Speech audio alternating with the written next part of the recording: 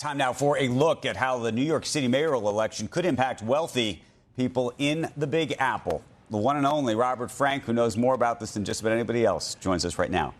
Andrew, great to see you guys have had some great discussions this morning, all about the question of wealth flight. Will the wealthy stay or go?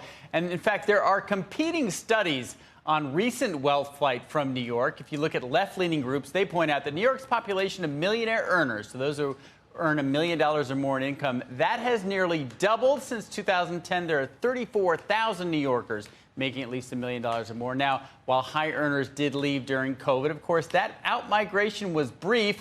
The wealthy are now less likely to leave New York than middle-class or lower-income New Yorkers.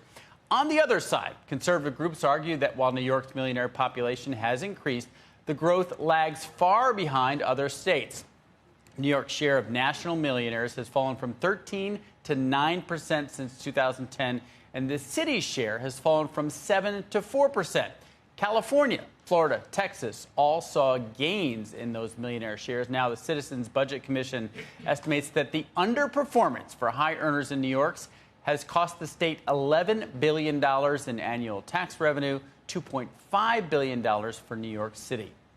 Governor Kathy Hochul says she opposes Mamdani's proposed tax increases on the wealthy New Yorkers because, quote, I don't want to lose any more people to Palm Beach. We've lost enough. Robert, was it you we were talking about with... Oh, sorry. Go ahead, Andrew. No, go ahead. I was just going to say, we were talking with someone the other day, and I think it might have been Robert, about what happened to New Jersey when David Tepper left. They had to redo the budget and cut the budget as a result of one person leaving the state. That's right. And if you look at New York, okay, it's the top 1% pay 40% of the taxes.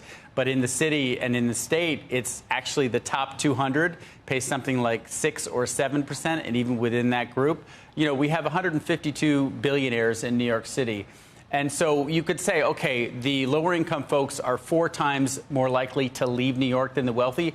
But if you have one person who makes $1 million leave, you have to have 10 people who make $100,000 replace that person.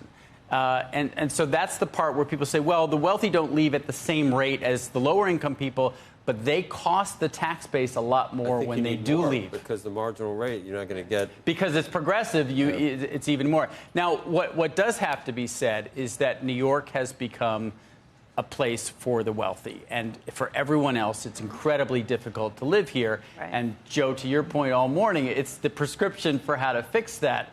That's the issue. I mean, a lot of the real estate being sold in New York right now is for the wealthy that don't pay taxes here. Right. This has become a seasonal resort town for the wealthy, and for everyone else, a $3,700 median rent is getting to be unsustainable.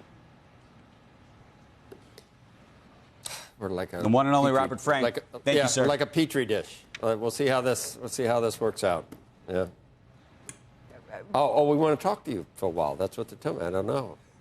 Well, I would just point the one other thing which we haven't talked about this morning, which I think is the most important impact from this election, is to what extent the fight between Mamdani and Trump makes New York collateral damage in that political battle. So, you know, we talked to Secretary Sean Duffy when he was here about the Gateway, the bridge project being canceled. Duffy said, this is not political. Right. They're just going through the process. Besson yesterday to Andrew made the point that, well, we could cut off their infrastructure funding. So in addition to anything self-inflicted from having this guy as mayor, it could also cause Trump to even pile on and 100%. Cause more. And that's where New York City becomes a victim. And that, I think, is the biggest economic risk to New York City from this election.